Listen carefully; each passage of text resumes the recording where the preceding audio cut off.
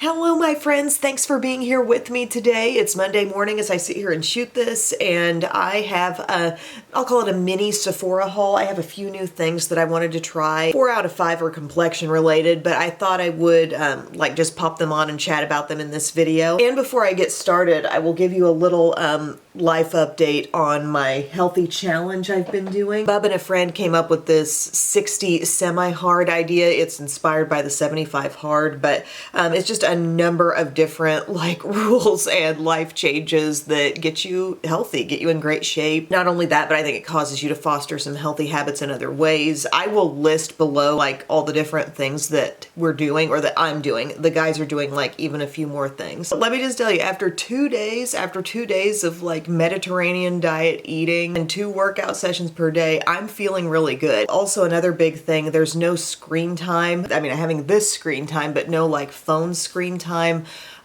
within an hour of waking up and an hour of going to bed. We've got a certain book we're reading. I spend part of that time reading the book, part of that time reading the Bible. We're journaling once a day, drinking that gallon of water. I mean, it's been a few things to keep track of. I have a little daily planner that I think I've talked about before. It's kind of like a to-do list type of planner, and it's perfect for this type of thing. So at night before bed, after I do my little journal thing, I put down all the different little things that I need to accomplish as part of this plan every day. And I think the key to being successful at it is really just taking it day by day, not thinking of the whole time as a chunk, not looking too far out in the distance, but just saying, these are the things I'm going to do today. Really confine it to that and then repeat the next day. And I think I'm going to end up healthier than I've ever been at the end of this. I just already feel subtle changes, and not to overshare, but it's that time of the month and I'm normally not maybe at my absolute best, and I'm still feeling really good. Before I started this, I feel like as I was talking about it in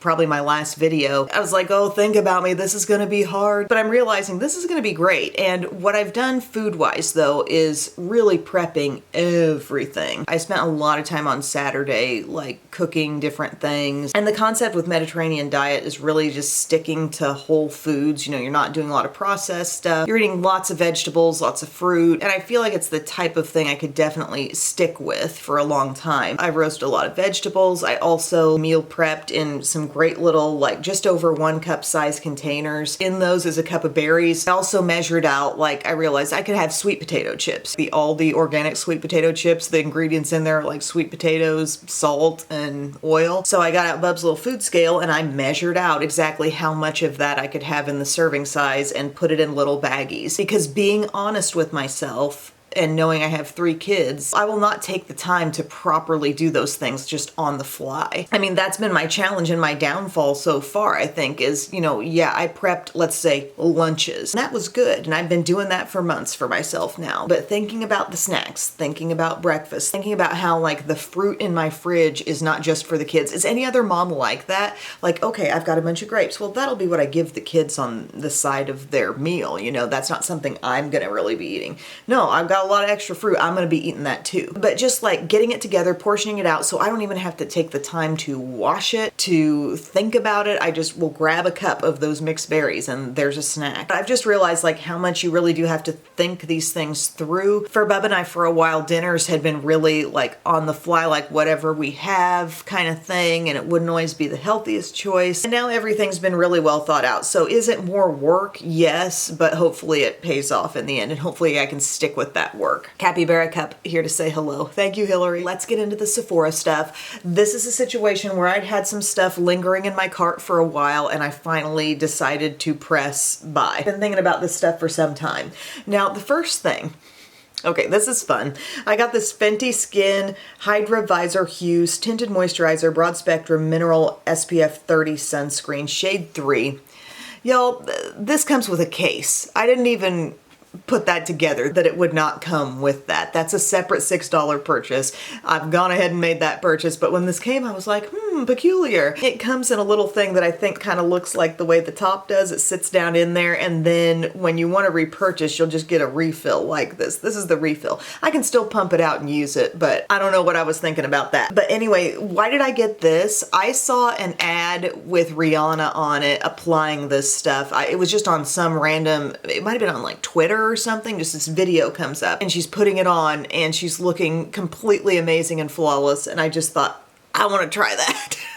I really want to try it. So we're going to use it today. Again, I got shade 3 in this. I think I hurt myself with a knife over the weekend. I don't even quite remember what happened, but last night as I was doing skincare, I was like, oh, that kind of hurts. Ointment and a Band-Aid it is. All right, we're doing 1 pump.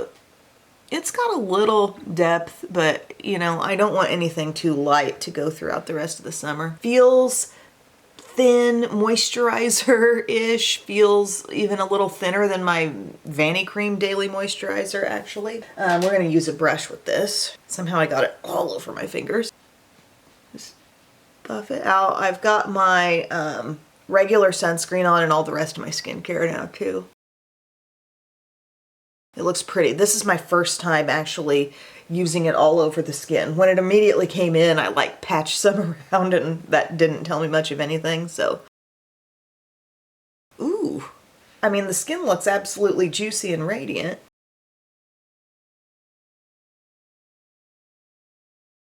Look at that glow. Okay, it looks really good actually.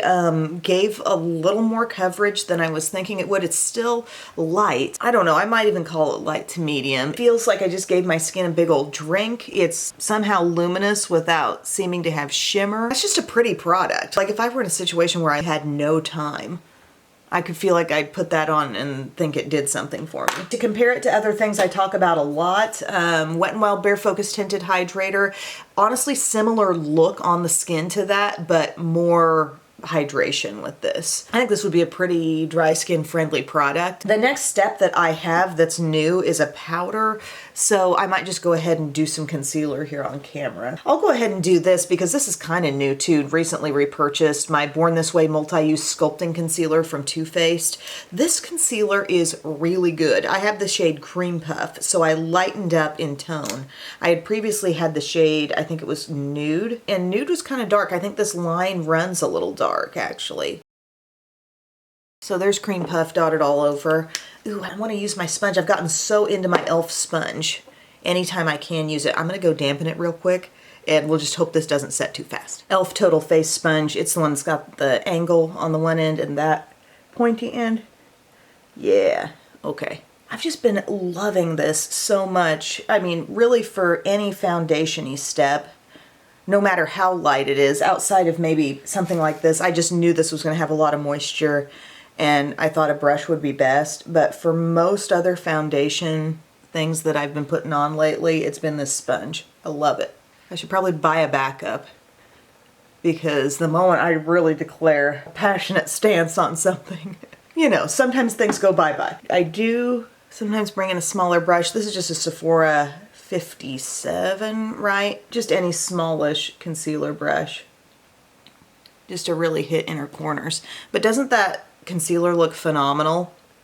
And it does say on the bottle, I talk about this every time, Conceal, Contour, Highlight, Retouch. This concealer can very effectively go on top of makeup if you're having a little issue and you need to redo some things. I think that's pairing super well with the Fenty. I didn't really need a lot of coverage all over, so that lightness looks really natural and good on the skin.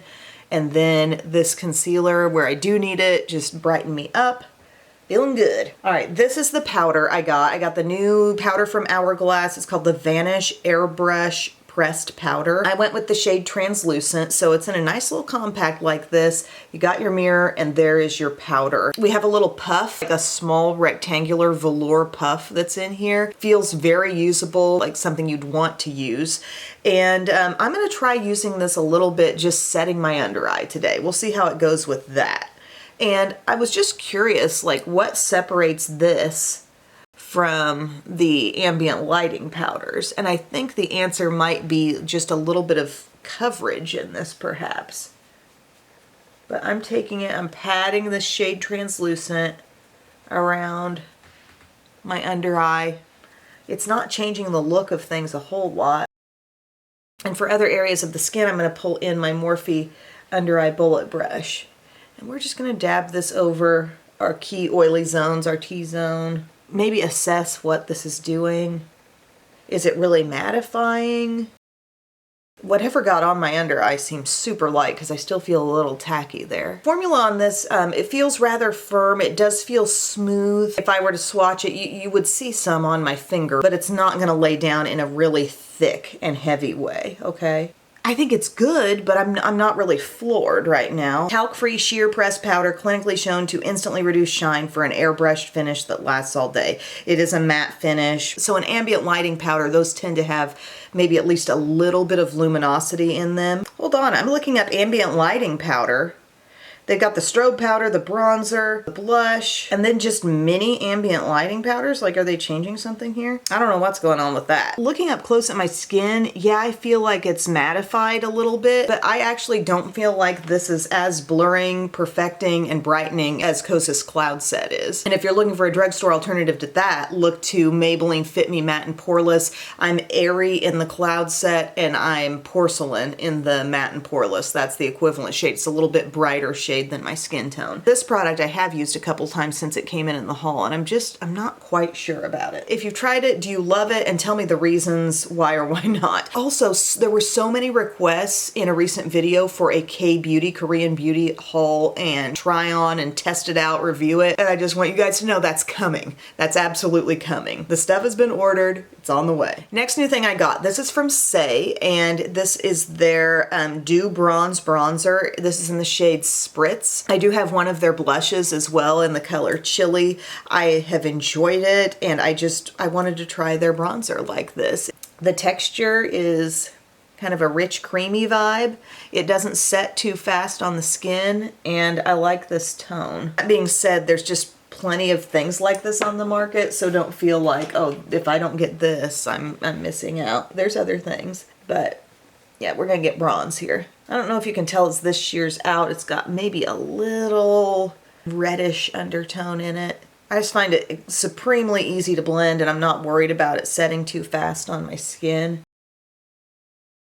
One thing about Saie and their formula, it is a little more emollient than your average like bronzer that's in that format, like liquid bronzer. I'm thinking about one that gives me a similar look from Physicians Formula, and it's kind of duping Charlotte Tilbury, you know, it's in that little wand, and it gives me a similar depth level and effect, but this one from Saie has just more like dewiness, more juiciness in the formula, if you know what I mean.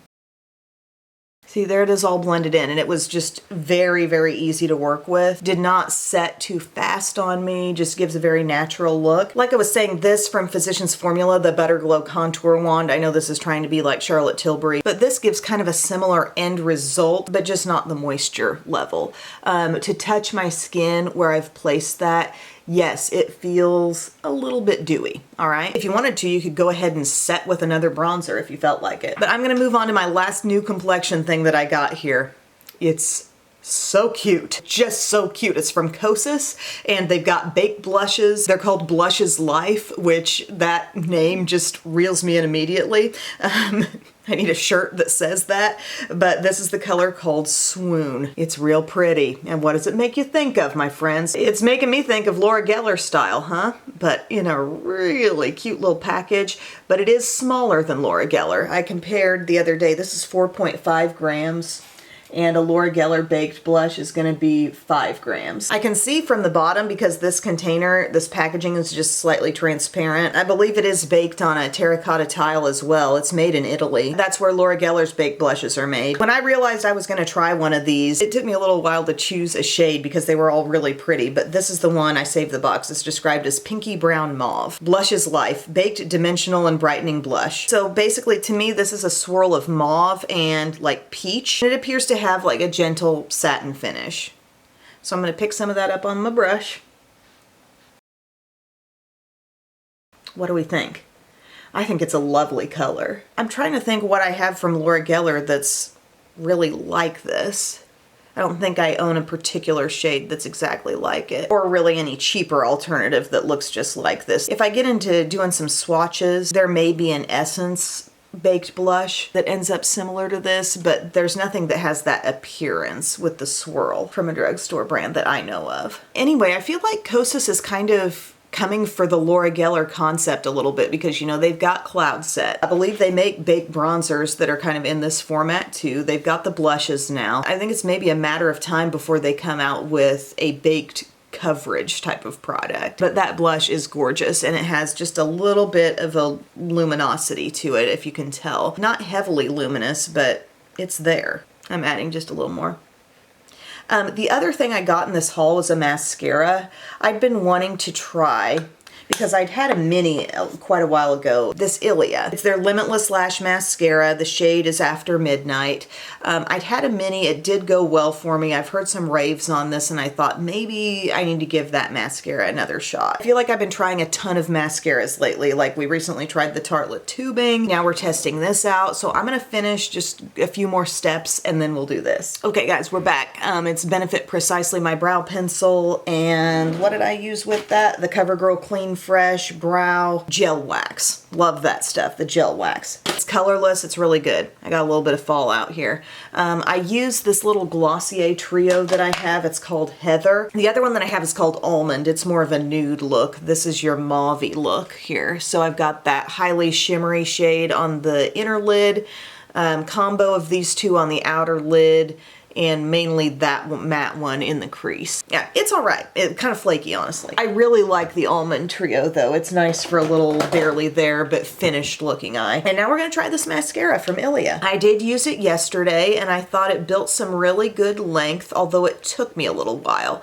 And I wonder if maybe as this product ages a little bit, it might not continue to take me quite as long to get the look. You know how when the mascara dries just a little bit, just the perfect amount, and then it goes on the lashes beautifully. But I did not put on any eyeliner. I put a light liner in the lower inner rim, but nothing across the upper lash line so you can better see what this is doing. Our brush has rubbery bristles and one particular row that's a comb, okay? So it's like a rubber bristle brush with one long comby side in it, which helps you separate them out as you apply the product. And I think the brushy side holds a little bit more product, but it is not going to build too fast and it's not going to clump the lashes together. But just one initial pass through on it, you can see, yeah, it's starting to do something. Does anybody remember a mascara from Maybelline? It was hot definitely back when I was in college. So think early 2000s. It was called Lash Stylist. And I'm pretty sure that wand was just a comb. It was just a comb thing. And it actually worked pretty well. Okay, here's like 2 coats. And now I feel like we're getting some mega length.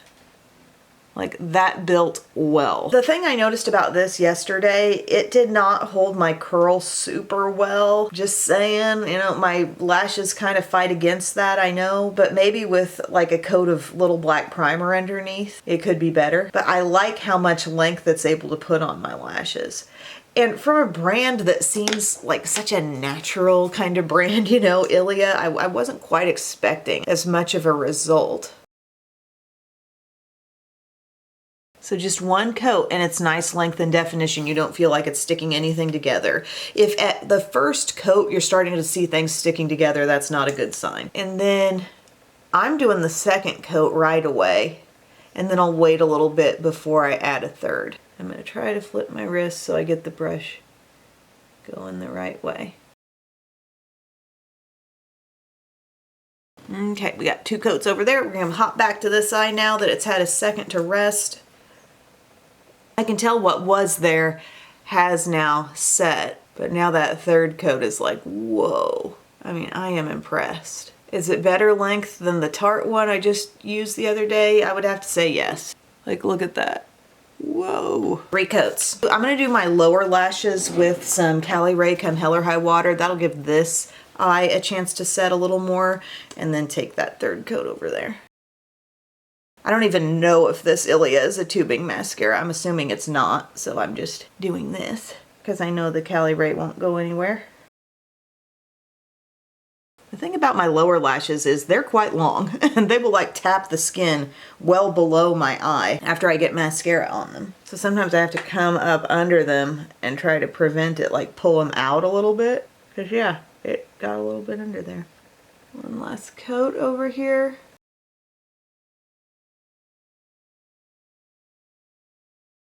I mean, yes, It does well.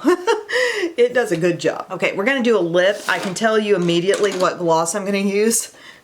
Look at it, same color. This is the one called Buried Treasure. You may remember this little gem from my Wet n Wild video. I'm first gonna do a deeper lip liner. This is the gel lip liner from Wet n Wild in the shade Gone Burgundy. We want that definition. I love the way these go on. They don't last the best. What we're wanting this to be is something that's dark but smudgeable.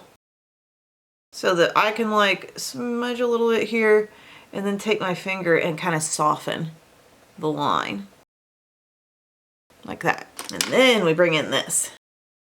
And this gloss does have a little sheerness to it, but it will show that orchid color. So fun. I don't know, after all this Sephora stuff, did this Wet n Wild lip probably costing all of, I don't know, $5 total become the star of the show? This mascara does a good job of not only lengthening out the lashes, but making each lash seem thicker, bigger. I'm enjoying that, and I think I'm only gonna like it more as time goes on. I think that coat building is gonna just happen a little bit quicker as there becomes a bit more dryness in the formula. But yeah, that's my look, you guys. And by the way, yes, we have a little tail.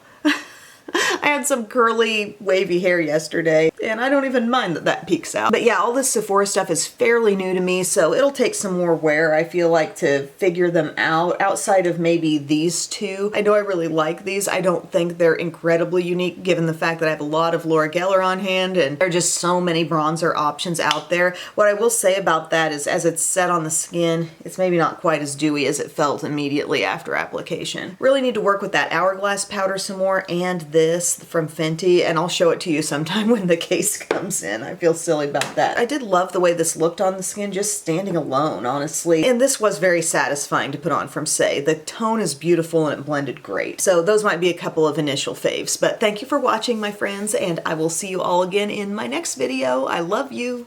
Bye.